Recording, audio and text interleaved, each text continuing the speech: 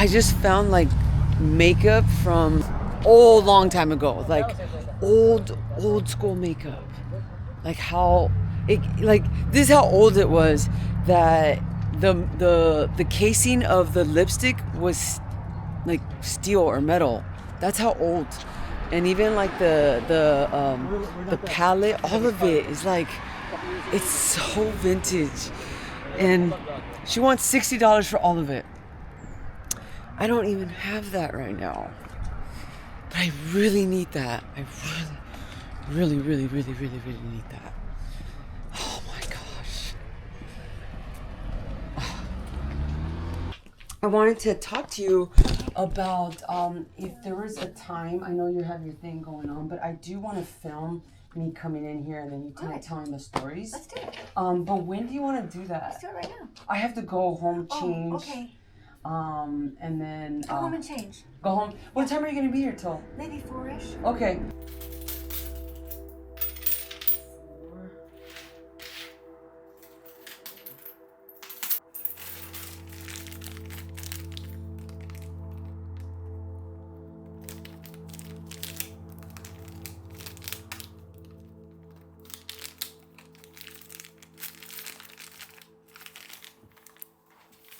So these are the clues that the universe sends you, right? Where you just have to believe in something other than what's tangible, right? Because I walk around and I observe.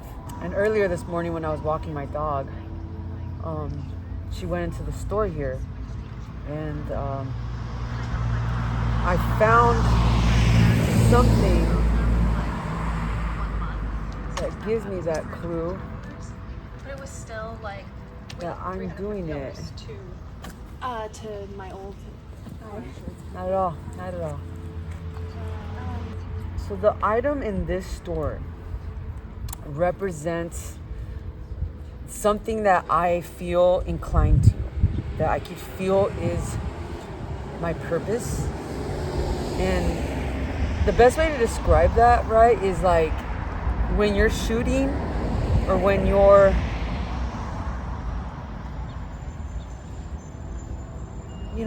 it's when you're shooting and you just love it. You can stare at it all day. You could shoot different angles and you just feel it. Like you can't explain it. So that's how you know it's your truth, because you can't explain it, but you feel it.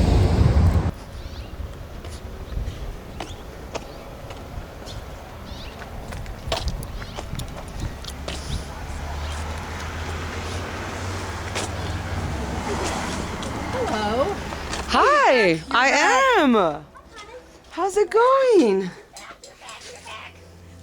Are you ready to do this? Well, I like some hair, I think. I'm Charmaine Leland St. John, and I am the owner of Hecho and Echo. It's a vintage, antique, recycling, repurposing, reinventing, regifting, and reselling store. And originally we were going to call the store the Little Shop of Hoarders, but we were afraid it had a negative connotation, hence we are now Hecho and Echo. And everything here basically has either come out of my house or out of my daughter or my grandchildren's closet. And this is one of my favorite pieces. It's from Ike Eisenhower's run for president back in the 50s. And my big joke is that if you open it and you roll some joints and put them in, Eisenhower will roll over in his grave. That is, we gotta test that out. And then we have our trump cards. Nice. So how old are those trump cards? Oh, those are just... Those are pretty new, and they're unopened. Okay. Never used. I haven't opened them because I don't like Trump. And so these are Bruce Lee, and they're called affirmation cards. And Bruce was a very close friend of ours. My boyfriend. Well, you knew Bruce Lee? Yeah, my boyfriend was Jay Sebring, and Jay was the one that got him the job playing Hecho on the TV series. And Jay was murdered with Sharon Tate from the Manson family. So there's just all this stuff that has memories. I recently sold an outfit that Sharon gave me. She called one day and asked for Jay, and she said to me, "What's the matter?" And I said, "Oh my God, I have this interview for a commercial. I don't know what to wear." And she said, Don't move a muscle. Stay right there. And she showed up with this beautiful little black watch mini skirt with a jacket and a blouse, and I wore it to the interview, and I wound up getting the job. So it was great, but it didn't fit me anymore, so I sold it. Oh my gosh. What else do we have here? Yeah, I grew up with Bruce Lee movies, so I was like a you huge did? fan of Bruce Lee, the Red Dragon. Okay. I can't even believe you knew Bruce Lee. Yeah. So he used to come over on the weekends, and Sharon and Roman would come over, and he was teaching Sharon Kung Fu because she was doing all of those, how do you say, Matt Helm or something movies, and she had to learn to, break boards and all that kind of stuff.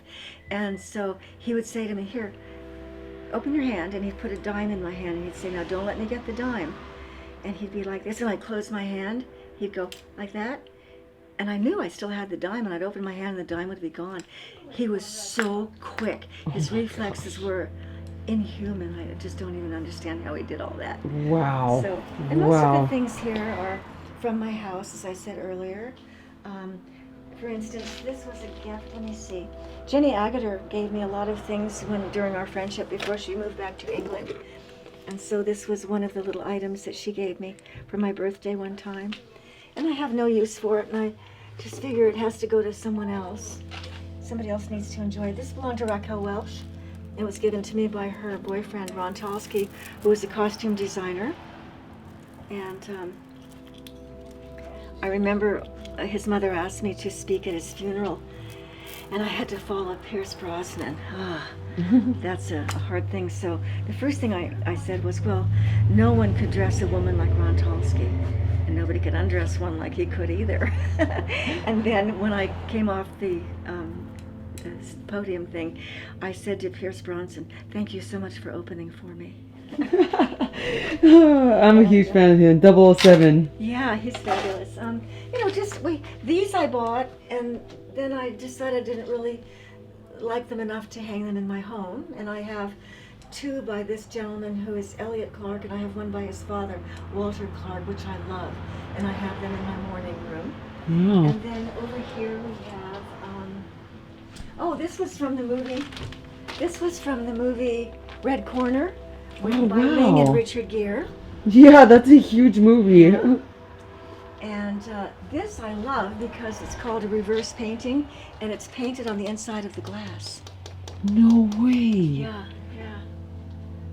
Oh man. And we also sell my books here. So you're a writer? I'm an author and a published author. I have, right now I have, let me think, 1, 4, 5, 6, 7. I have 8 books of poetry in print. I have 24 Pushcart Prize nominations. Oh my god, what's your name again? Charmaine, here I am. Oh my. Is my name on there? I don't see it. Oh, isn't that funny? Here, I'm inside maybe. Oh yeah, there I am. Wow. And this is one of my recent books. It's called A Raga for George Harrison. Mm-hmm. We were living in Italy, and I got an email one day from a publisher in India, and they said, can we have your next book? And I had a next book ready, but I wasn't sure if I wanted to give it to this particular publisher because I kind of knew their work, but I didn't really know if I wanted to trust them with my baby. And so Victor, my husband, and I, we sat down and we spent the whole weekend going through my poetry, and we picked out already published poems from all my other books, and we created a book called A Raga for George Harrison, Raga for George, because they were from India, and I thought, well, they're going to obviously want this book because it has the word raga in it, right? And so we put it together, and it did very well. And I actually went to music school with George, and there's a poem in here about when they played the concert for George.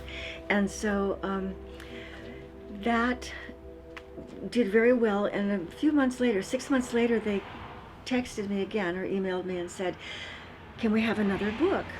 What? And I said, yes. Is that normal? Well, if you're a good seller, Right. And so I said, sure. And I said, under one condition, you publish my children's book as well. And they said, we'll send it along and we'll see. And it's called The Trip. and I wrote it on LSD back in the 60s. I love that. And The it took trip. me 50 years to have, and it's a children's book. It took me 50 years to find someone that I liked to illustrate it for me, and I would do little drawings and send them to her, or find photographs and say, this is what I want the page to look like. So it was I don't have a copy here right now, but it's a fabulous book, and I'm just waiting for a reprint because we keep selling out. That's one of my best sellers. And these photographs over here, I'm very into photography, and those are all photographs of places What do you shoot with? that I visit. You know what they say, the best camera you can use to shoot? No. The one you have with you. So I use my iPhone. Yeah. Many of those, though, were taken with an Olympus. Okay. And the top one is in France. Second one is on the way to Santa Fe from Taos. And then that's Patagonia on the far right top. And then that's Montauk in the middle on the far left. And that's the Pueblo. It's called Willow Creek. Mm-hmm. And that's on the Pueblo in Taos. That's Red Willow. The Red Willow people, I think they're called. And then that's another one of the Pueblo next to it. San Francisco is the one above the empty space. And then the middle was the first photo I took with my brand new iPhone, and I was in a Yeah, I mean, restaurant. iPhone's great. Yeah, I was in a restaurant over in I just found some glass. I was in a restaurant in Santa Monica, and I looked out the window, and I saw this lone sailboat out on the sea. And then this one is in Arlington, Washington, up in Washington State, and it's along the highway by where my fly fishing lodge is up there, and I photograph it during all seasons. And so that's just coming into autumn on that one. Wow, these are really good This is Echo photos. Thank you.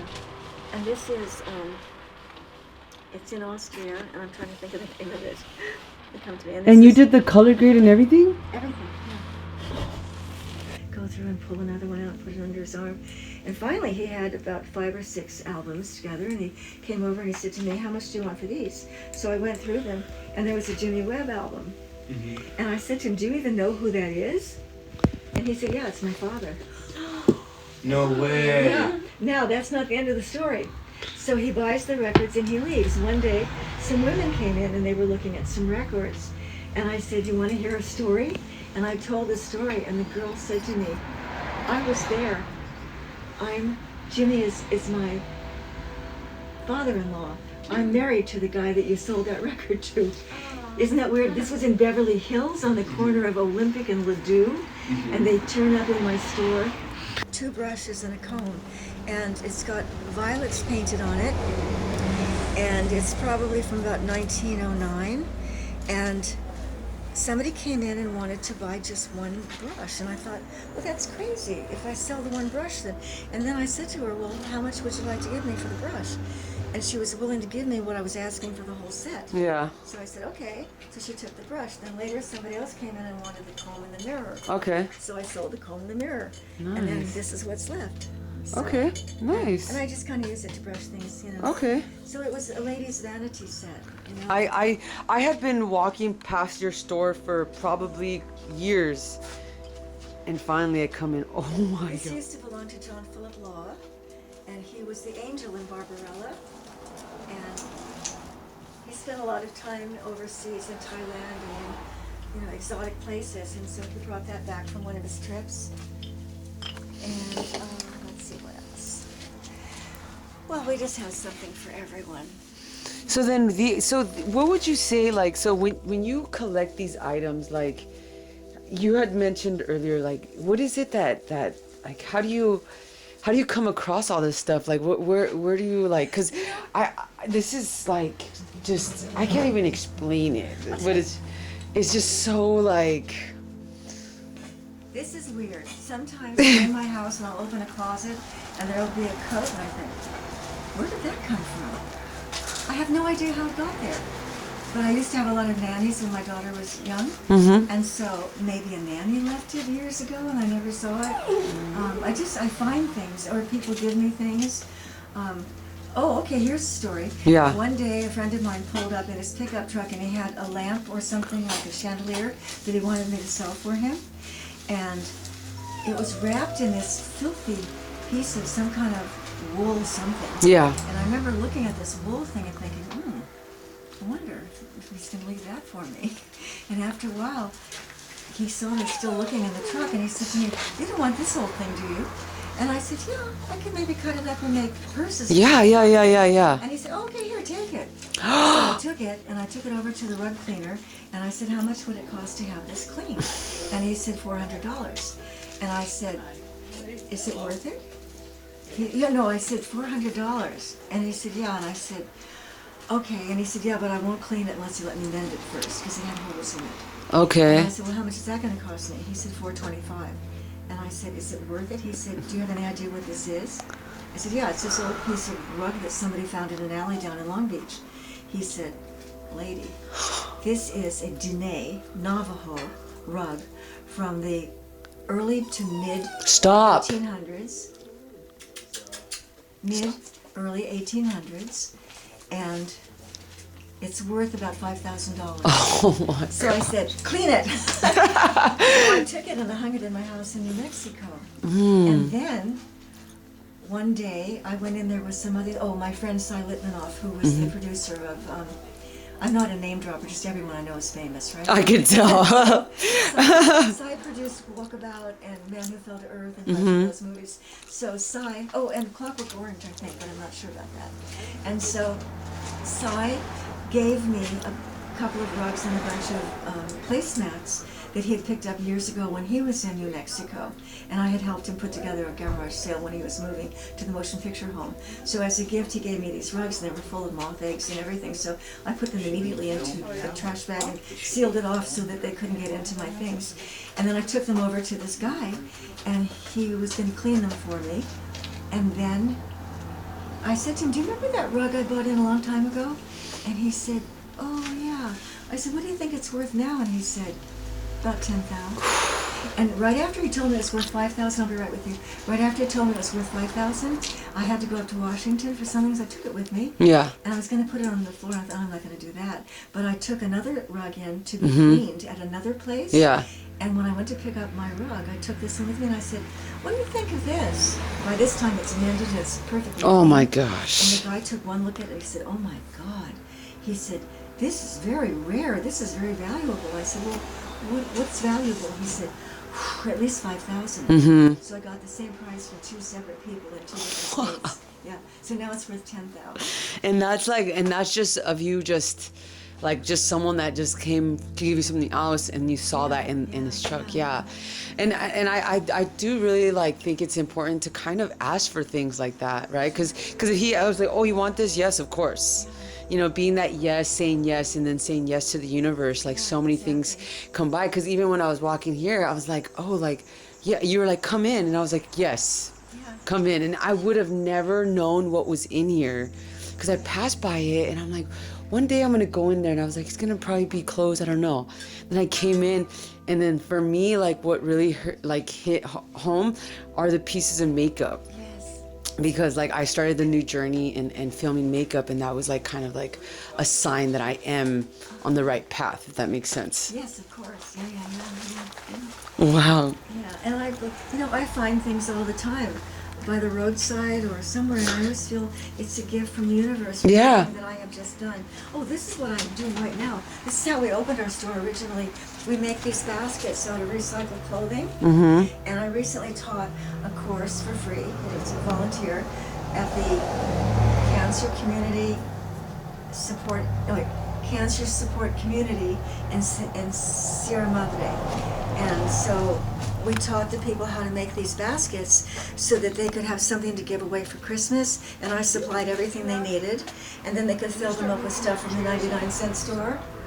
Nice. And that way they could have Christmas presents to give out.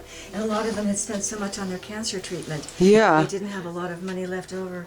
How did you learn how to do this? There was a woman in Washington who walked into the hospital one day for a very simple back surgery, and she came out in a wheelchair for the rest of her life.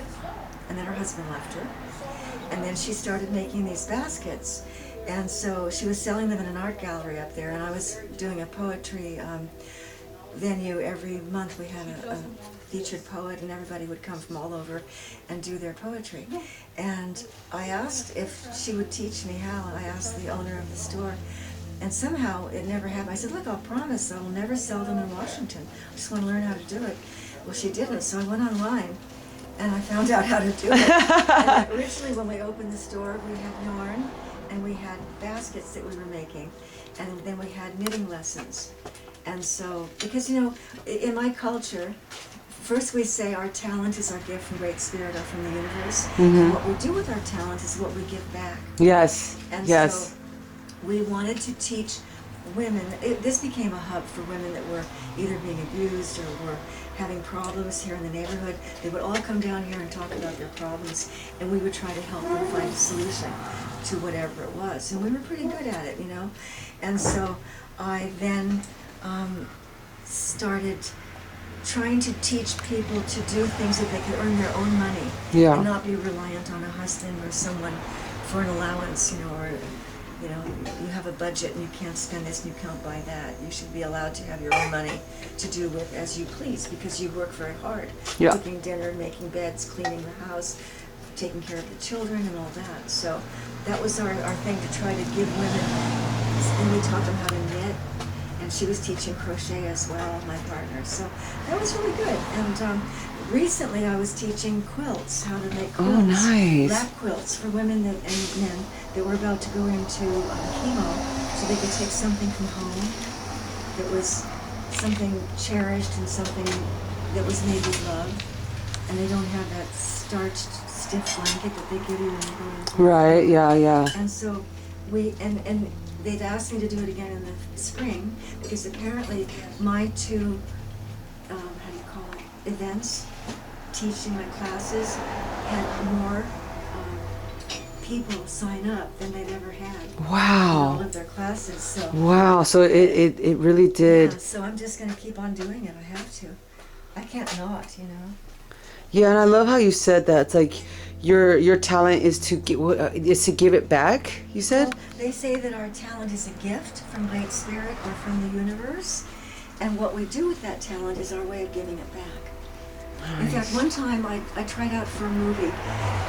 It was a student film, and they were looking for someone in the art department. So I sent my resume, and the guy called me up and he said, "Listen, lady," he said, "I'm really sorry, but he said, you know, this is a student film and we're not paying." And I said, "No, I know." And he said, "Well, why would a woman with your credits want to do a movie for free?"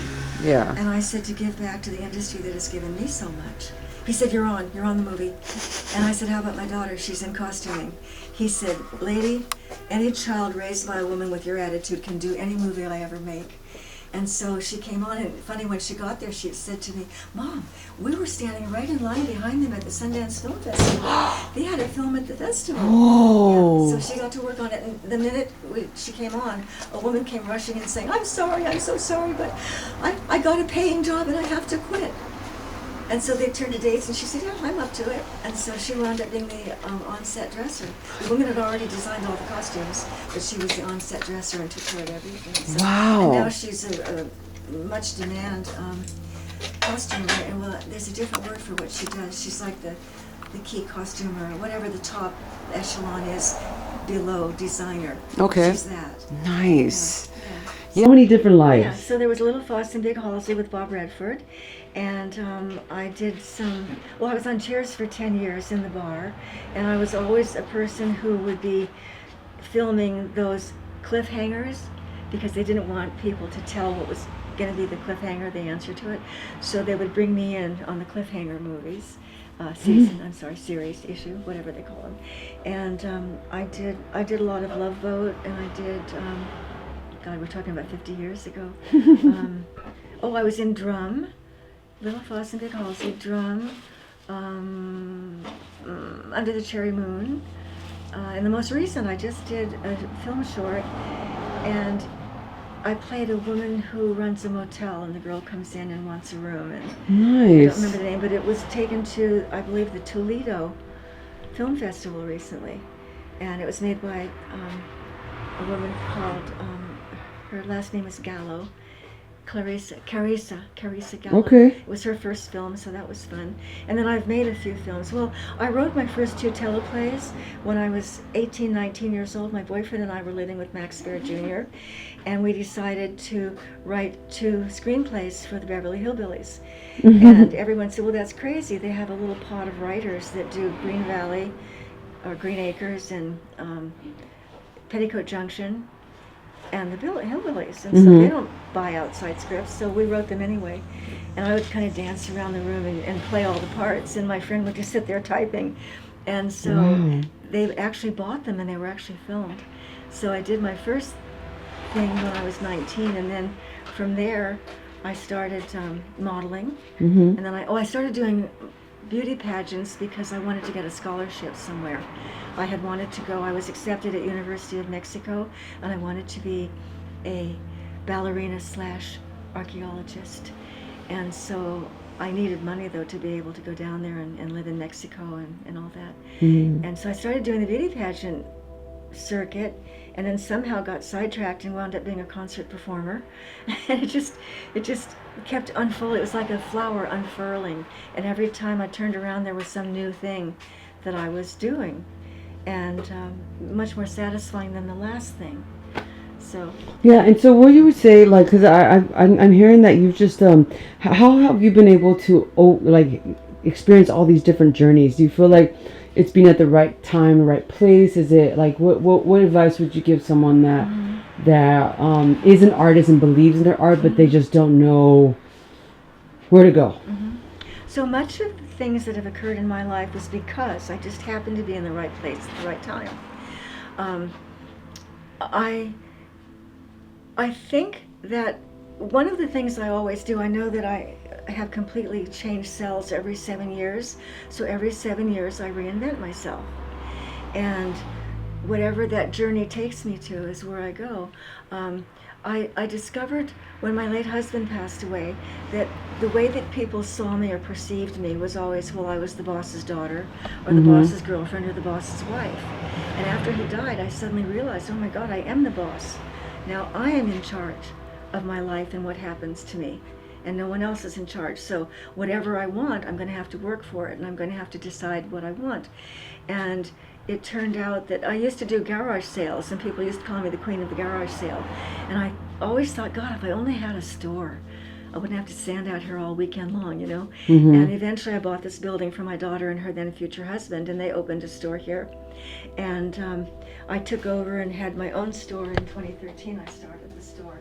I'll just say, you know, if you're a painter, then go around to restaurants and ask if you can hang your paintings in their restaurant, and you'll give them 10% or 20 or whatever. Whatever you do, get it out there. You're not gonna, people aren't gonna know who you are if you're just sitting in your bedroom at home or on the internet. So, and the internet now is kind of taken over. I'll tell you a story. When we were in concert, we did all the music behind Timothy Leary's celebrations, Peter Walker, my concert partner, and I hadn't seen Timothy in years. And one day, I was producing a book sale thing to implement our library at the Oak School. And suddenly I look and, oh my God, there's Timothy across the room. I went, what? And I said, Timothy, what's been going on? What have you been doing all these years? And he said, I found a new drug. And I said, a new drug? What is it? And he said, and he whispered in my ear, the internet.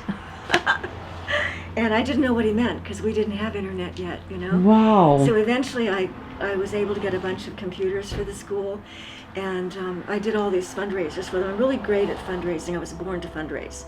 So the thing is, if you don't let people know what your talents are, they won't know. And they won't appreciate that part of you because you keep it hidden. So you have to really, and yeah, there are all these, you know, websites and things. So it's very good if you're an artist, put your art up on your website. If you don't want it on your personal page, open a page that's just your art and just keep putting it up every, you know, don't flood the thing, but every week or every few days put up a new painting. This is my latest painting. It's for sale. My paintings are available for rent for, how do you call it, when they stage houses. I have a real estate license also. And so when people stage houses, they need really great art. If you think your art is that great that it'll sell a house. More of digital form as far as like storytelling. That's true. Yeah. Right. So for me, I think as an art, when I say artist, I feel like it's more than painting.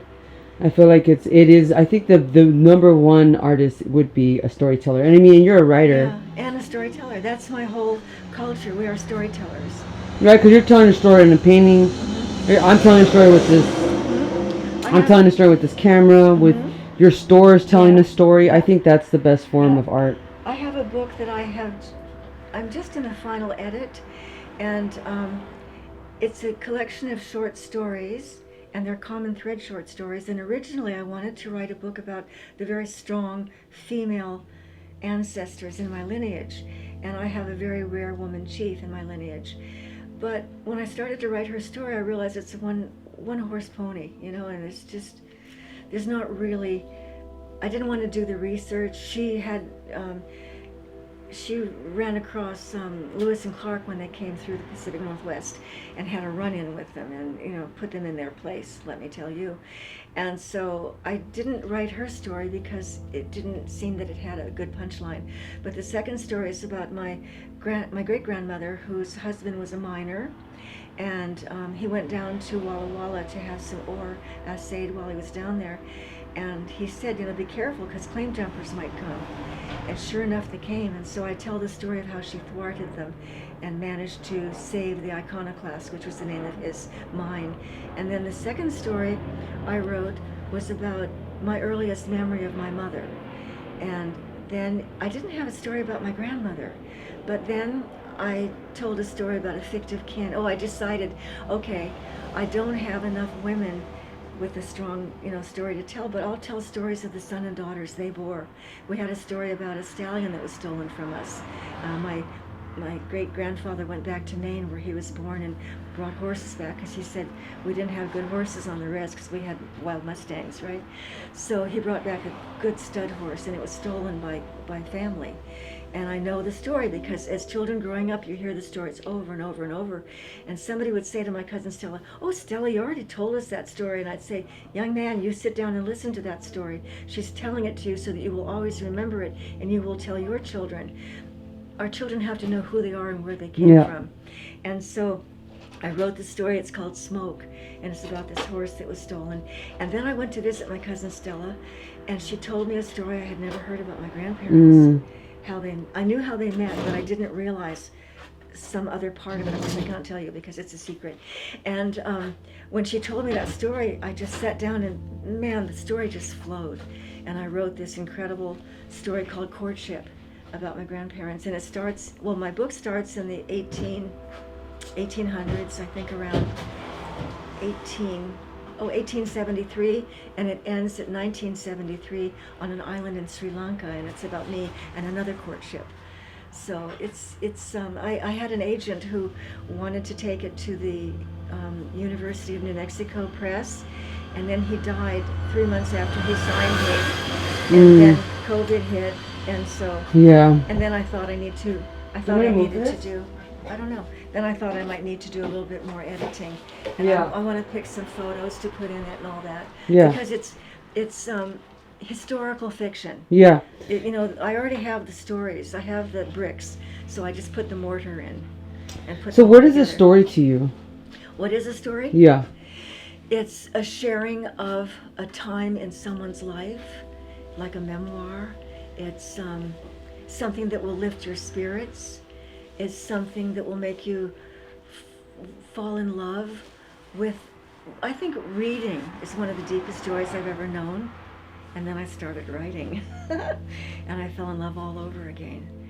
So you would say it's an experience. Oh, absolutely. It's sharing an experience of something that happened so that you could connect with that person. Or even something that you thought of that could be something. Like surreal? Somewhat. Like I have a story which I haven't written yet, but it's about a woman who paints a painting of the house of a guy that she went to high school with. And then they start going together years later. They run across each other at a funeral. a classmate, and they start seeing each other, and that's when she paints this painting for him, and she builds a garden for him and all this, and then he breaks up with her. And so at night, sometimes she'll know what he's doing, or she'll pop up in places where he is, and he always thinks, how did she know? He goes to Chicago and she turns up in Chicago. Yeah. And how do you show the emotions Wait, let me without finish telling? that. Okay. So it turns out when he's walking up the stairs one night to his bedroom, the painting is hanging on the wall on the stairway, and when he turns off the light upstairs, there's a little light in the window in the painting, and then she switches the light off. She's gone to live inside the painting, inside his house. So that's one that I'm developing right now. And where did you get that inspiration? It was a true story, basically. Okay. Wait, I wonder if I can do this. This is a true story. I'm going to try this. I said coffee. I didn't say, would you like to cut my warm, soft breast in your uncalloused, long, tapered, ringless, fingered hands? I said coffee. I didn't say, would you like to run your tongue along my neck just below my left earlobe? I said coffee. I didn't say, would you like to hold me in your arms and feel my heart beat against yours as you press your hard, lean body up against mine until I melt into you with desire? I said coffee as we stood there in the jasmine-scented night, my car door like some modern-day bundling board separating us, protecting us from ourselves and lust. I said, would you like to go for a cup of coffee? I didn't say, would you like to brush your lips across mine as you move silently to bury your face in my long, silky, raven black hair? But you said, I can't. I'm married. I can't trust myself to be alone with you. So I looked you dead in the eye and repeated, I said coffee. Now that's a true story. Wow. And that one was the first one that I was nominated for the pushcart. Okay. And I've been nominated for that poem again when it was published again somewhere else. So that's my favorite poem that I've ever written. Yes. How do you show and not tell? Like, you don't want to, you still want your audience to be able to come up with what it is that you're trying to say, right? You don't want to just tell them. Well, it's about imagery. Imagery, yeah. So my poetry has great imagery. Okay. And they usually have a punchline. And the very important thing about writing is beginning, middle, and end. Some people have a beginning and ending and they don't have a middle, right? The other thing is who, how, why, what, when, and where. You have to remember the basics of writing. And then you just sit down at a blank page. What I do sometimes is I do a dialogue thing. So I'll write a line like, what are you eating? And then that's the first voice. Then the second voice says, why do you want to know? Or Okay. granola, or and that's how you learn to write dialogue. Okay. You take the blank page and you do it every morning at the exact same time, 15 minutes, and you don't edit. You just write whatever comes out. Okay. And so I do that a lot when I'm writing. And my stories generally have a twist. Okay. I don't expect. Okay. And so I don't give it away in the beginning because I know that when I get to the end, and Yeah. I go, oh, the So aha moment. it's kind of like a misdirection in a sense. Yeah. Okay. So just, you would say that the best way to get better at telling stories would be to just start with dialogue and imagery? Find out what your story is about and do a treatment, basically, or decide what you're going to write about. When I started my book, I knew that I wanted to write a book, and I knew what I wanted to write about, and I was on a vaporetto in Venice, going through the canals, and all of a sudden this idea came to me about the iconoclast, and I immediately said, I need to get off. And they brought me to a thing, and I immediately got back to my hotel, went upstairs, and sat down at the typewriter and just started typing. And by the time I left Italy, I had 2 stories written completely. The one, Murmur, which is about my mother, and then the one about the iconoclast. Okay. I also do research. What is that? It's a poem called Murmur.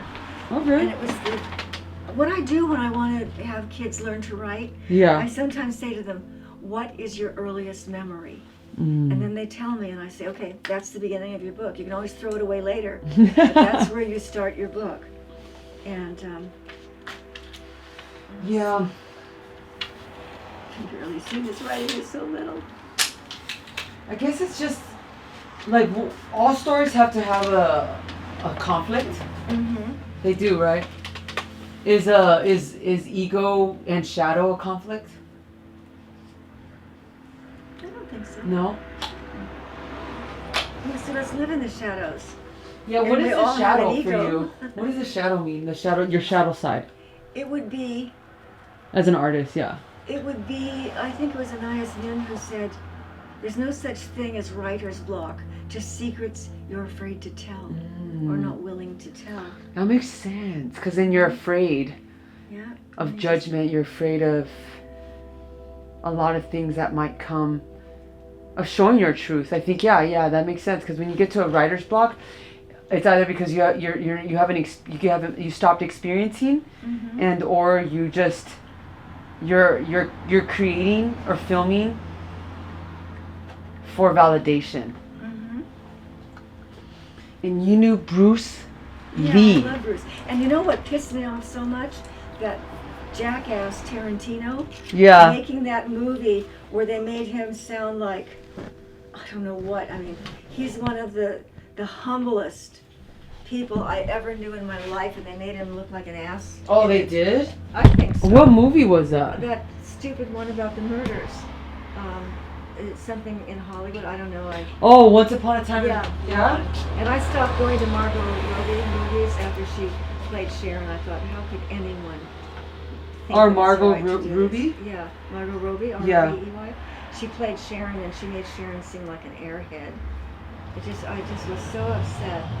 And then you've got Steve McQueen gossiping about people. Steve would never have said anything about Jay ever, you know?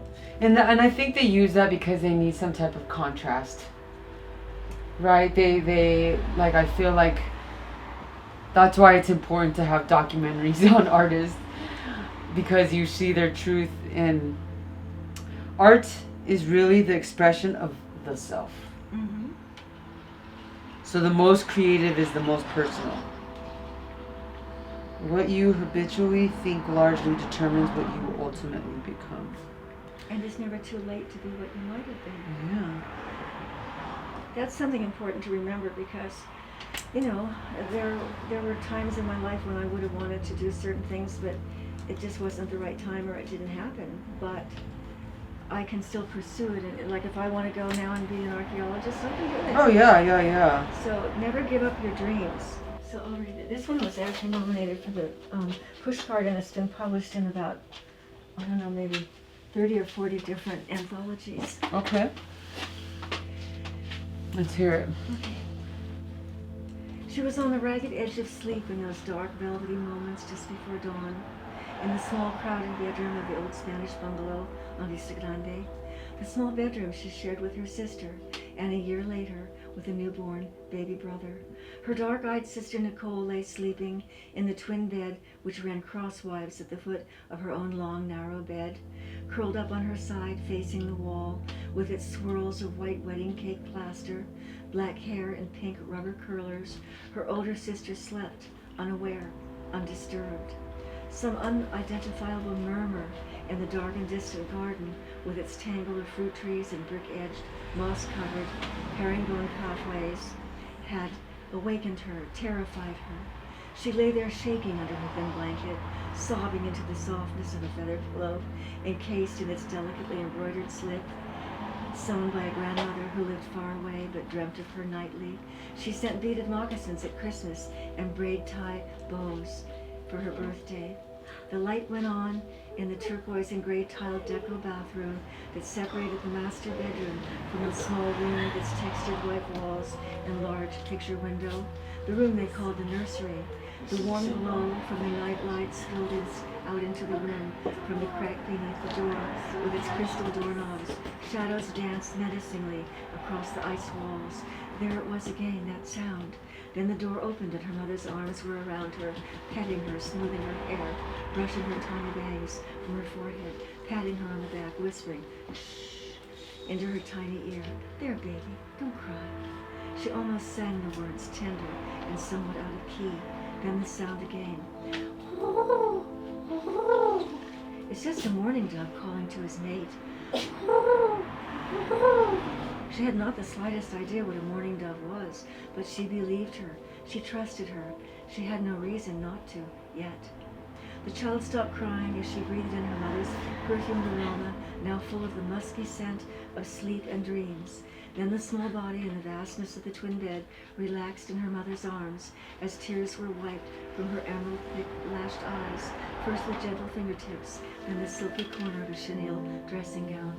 The young mother slipped into the narrow bed with the child, kissed away the remaining tears, and held her tightly against her breast until she drifted off once more to the unparalleled safety of sleep. Years later, lying naked in a spacious antique wooden bed in a bougainvillea-covered villa in Tuscany, the woman who grew from the child would tell her lover this was her earliest memory.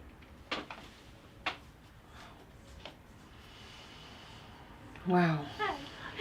Oh, hi. How's everyone today? Okay. What was that? This one is for powder. And it still has the original powder puff.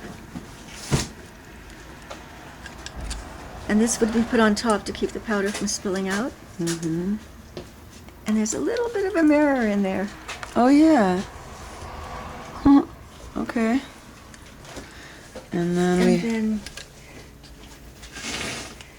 This one, which is kind of difficult to open. Yeah. But we always get it open somehow. I don't want, it's okay if you don't. No, come on. Okay. Okay, there. So when you open it, oops, the mirror pops open so you can put on your lipstick. Put on Okay. lipstick and look in Yes. the mirror. And it smells really good. And originally there was a lipstick in here that was a kind that when you put it on, it was just a clear color and then it changed to the color that was suitable for your skin tone. Okay. So that's kind of a sweet thing. And then this one is just another little compact.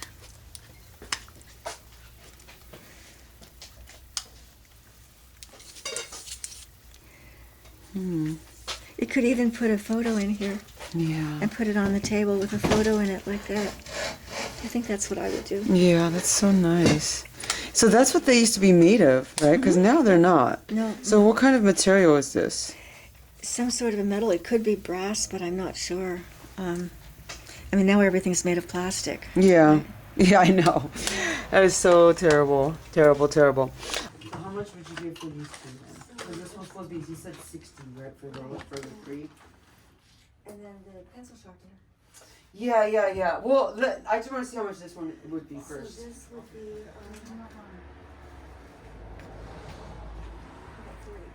Perfect. That's what I was hoping for her to say. This is what I'm talking about. Like you're not gonna find this anywhere, right? No. Right? Wait, you're backwards. Okay. Yeah. You know, the best thing to do, you yawn before you find one.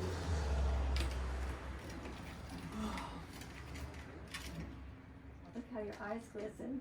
It's such a good idea. See, look. I was able to make a model. Oh I my know all the god. tricks. And nose grease. You put nose grease on your camera ever? On your lens? No. It makes it all foggy on the outside. Wow. This is also something that's gonna be like taking me back. Yeah. Cool. Just don't do your eyebrow pencils in there.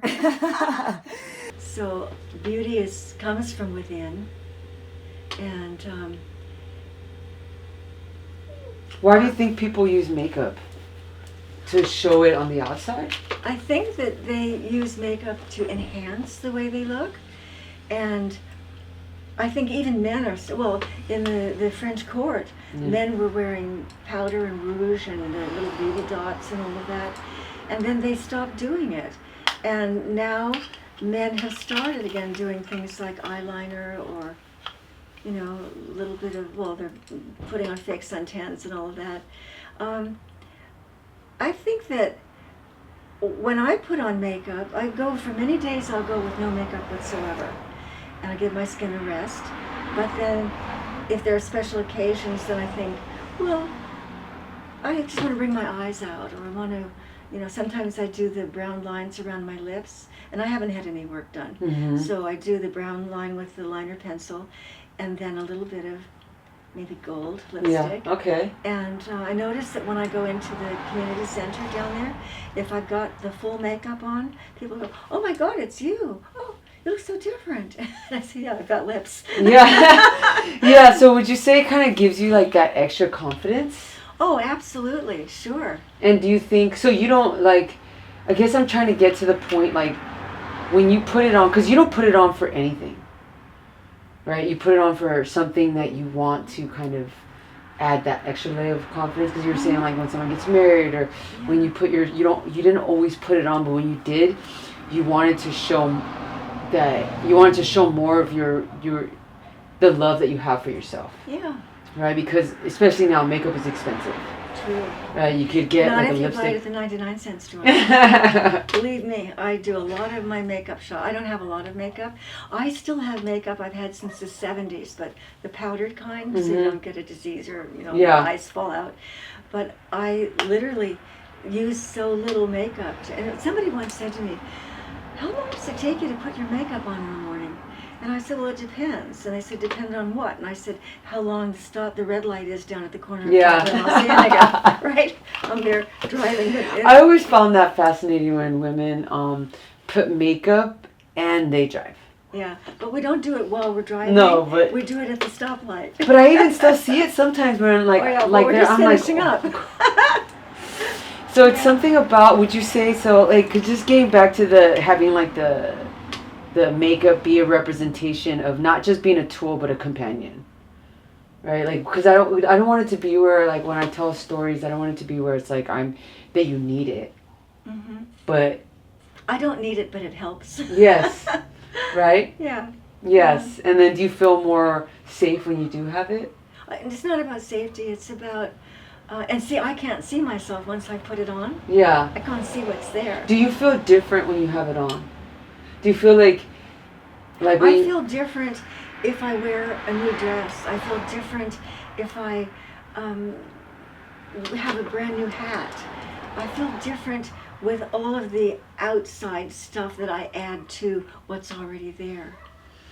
Yeah. Mm-hmm. But interesting, there was something I was just thinking, it'll come back. The makeup.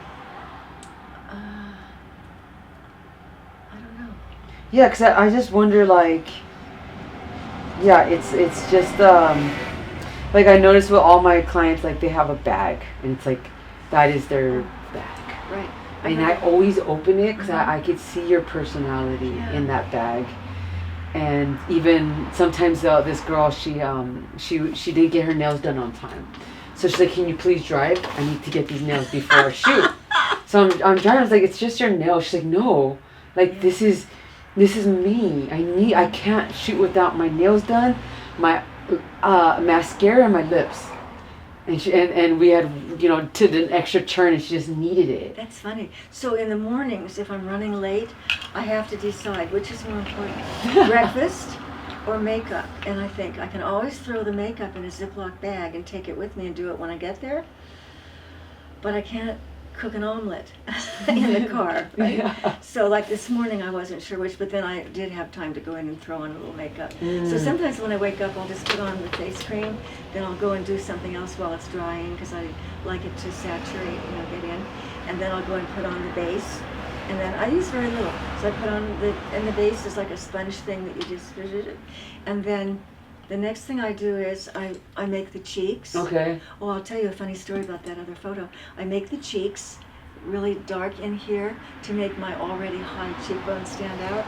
And then I take the brush and just kind of go all around with it, but not with a lot of powder on it. And then I take a powdery stuff that's brown and I put it in here and I smear it around. And then I put on the eyeshadow, which is generally blue. Okay. Yesterday I had on a pink dress, so I used pink eyeshadow. Okay. I use green a lot because my eyes go between green and blue.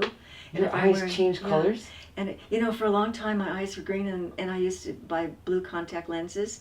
And one day I looked in the mirror and for about 6 months or so I had blue eyes. And I thought, I wished it so hard that I got it, you know. Wow, yeah, because I was actually thinking about your eyes earlier. I was like, I've never seen your color eyes like that. They're like It's one of the rarest colors.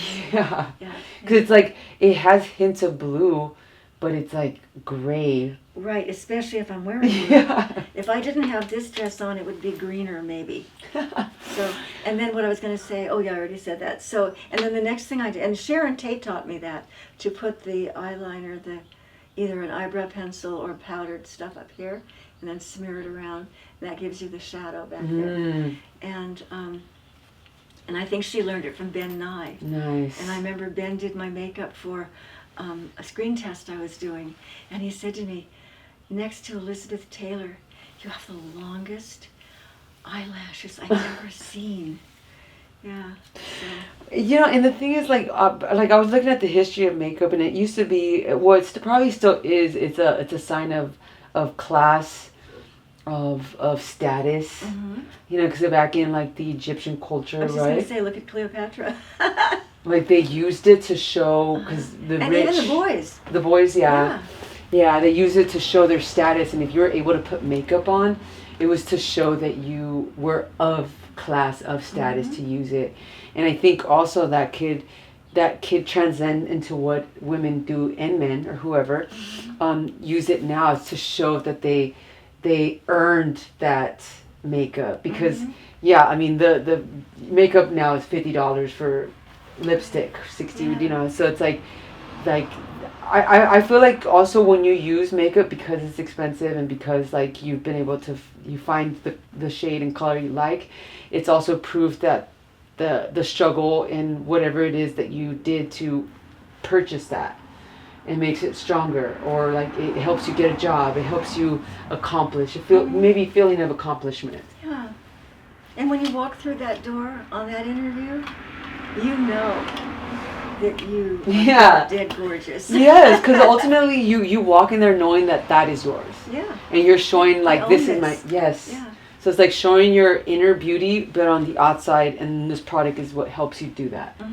Because you could be beautiful on the inside and still not wear makeup and still be beautiful, but I think makeup is that one thing that could show your inner beauty. Yeah. Because you put it on a certain way, you enhance certain things that you only have. And you talk to yourself in the mirror. I did a scene for Strasberg when I was studying with Lee Strasberg's classes. There was a private moment that you had to do, and I devised this thing where I had just come out of the shower and I was going to do my makeup, and there's no mirror there, it's just the fourth wall, and I'm doing this whole thing, and then I start talking to the guy that I'm getting all made up to go and see, and in my head I'm talking to him, and I'm, hey, hi, and trying all these different ways to greet him and all of that. So wow. Oh yeah, because I mean, I think too, like makeup can also be, I'm changing the angle. Makeup can all, like you said, like makeup when you're talking in the mirror, right? So it's like I wanted to call my series Beyond the Mirror, because like everyone talks to the mirror, right? And it's like, what's that old Disney movie? It's like mirror, mirror on the wall. Yeah. Who's the, and it's like one thing that is also nostalgic, because it's like the first time you looked in the mirror, getting ready for an interview or getting ready for scenes. It's like you talk to this mirror, and like I've been practicing like saying, oh, I love you, Veronica, I love you, so I can learn to love myself. Sure. Yeah. So it's like it's, you talked about like putting your makeup and talking to your mirror, because every time you put the stroke of lipstick or the eyeliner, you're looking at yourself in your own reflection, and you're like, wow, like this is where I'm at. Yeah. And you're seeing yourself as no one else has. Your inner self. Hi. Hi. But I gotta go pick up my shop. I'm sure I'll see you tomorrow. Yeah. And I think it's the most vulnerable place. You should come one morning and watch me put on my makeup. Yes, I would love that. Well, You just have to clean my dressing table. but I bet it has so much story, because like my thing too is like I just want to see, you can see a lot of personality in a woman's vanity, and the series that I create is all about your authenticity, your beauty, what is beauty to you, and how you get ready, how you talk to the mirror, and how you put yourself out in the world. So it's like I filmed at so many different places where, like, the car thing is a good idea to film a part of a series because everyone does do their makeup in the car. I Yeah. didn't even think about that. But to me, beauty is not about how you look. It's about what you have inside, how you treat people. It's grace and it's kindness. Yes, I agree because some of the like models that I work with, they're like that people don't go up to them because they're intimidated by their beauty, and they're just like everyone else. They just they just have these features that are just striking, right? And so I always just say it's like, but a lot of the ones that you think that are like so beautiful and then that they might not talk to you or you're scared to talk to, they're actually so nice. Yeah. And they want someone to say hi. Sure. You're beautiful, even though they know it. Right. But sometimes it's nice to just tell someone, hey, you're beautiful. Yep. Because people who are actually striking and beautiful, they don't hear it as much because people are intimidated by that. Yep. And I'll tell you, frequently, I try to do it at least 5 times a day. If I'm walking on the street and I say, oh my gosh, your boots are gorgeous. And wow, what a pretty dress. Or, oh, your haircut is so fascinating. I always try to say something kind. That could be a woman who was on her way home to commit suicide. Yes. And you just brought her spirits up.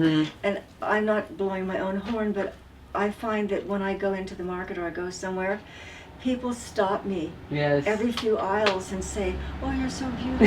Or, oh my God, that dress is gorgeous. Yes. And so, and when that happens, it just makes me smile inside and out.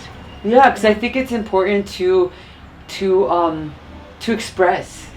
Because I think that even talking to some of the guy friends that I have, they're just like, well, I just don't want to get rejected. And it's like, just say hi. Yeah. You can't, and if they reject a hi, then you take it back. Yeah. Or just keep it going. I was in Trader Vic's up in the wine country one day, going in to get something for my cousin, and this very attractive gentleman passed by me one time, and then he passed by me again, and then the third time he said to me, hey, Smiley, because I'm always smiling. Yeah. And that's another thing. That's a good invitation. When you smile, or you just smile. Because sometimes, like even here when I met you earlier, like I smiled and I think 2 smiles before, then smile back, and I was like, okay, let it go. I don't care yet. Because some people just are uncomfortable smiling back, or they're just in their own thing. So it's like they're doing arithmetic and trying to keep it straight. Yeah. So I try to practice too. It's like I'm not gonna get everyone's smile, but the ones that I do get, I can connect with and talk to. That bothers Victor terribly if he's walking down a street and he smiles at someone and they just turn the other way, or if he says good morning and they don't say anything back to him, and I say, Victor, hello, how does it change your life? Yeah. And the thing is, people have their own, I always say, like, I pray for that person, because that person somehow can't smile back, is either not comfortable who they are, they don't know how to smile, or they don't feel competent. I don't know. It could be anything, or maybe they're Scrooge. Who knows? But that's not our story, right? So we throw that chapter, we keep going. Well, I wanted to say thank you so much. My pleasure. I'm really, really I don't even know the right word to say that. I'm just intrigued with your store. Thank you. And just being able to have this interview, and it really has been like a sign from the universe that I act on the feeling, because I don't want to think too much. If I feel it, I want to do it. And then I went home, got my camera, and I was like, I got to tell this story. Yeah. So thank you so much. Thank you. Thank you for asking me. So yeah, I've been walking past that store for years. And finally, the day came where you just feel it and you just film it. Now, I am obsessed with filming makeup, which ironically, I don't wear it all the time, but I just love the feeling that it gives people. And just like it is that product that's been around since Marilyn Monroe, right? And yeah, so this is just another way to practice your storytelling, is when you're going for a walk, if like there's businesses like that one, just drop in there, talk to the owner, and I promise you, if you ask them if you could film and ask them about their story, you have no idea what could come out of that. But ultimately, as a filmmaker, you just want to be able to learn how other people tell stories, and also it's just another avenue and another rep to add to your page here on YouTube. So I hope you enjoyed it, and let's keep going. Pew pew.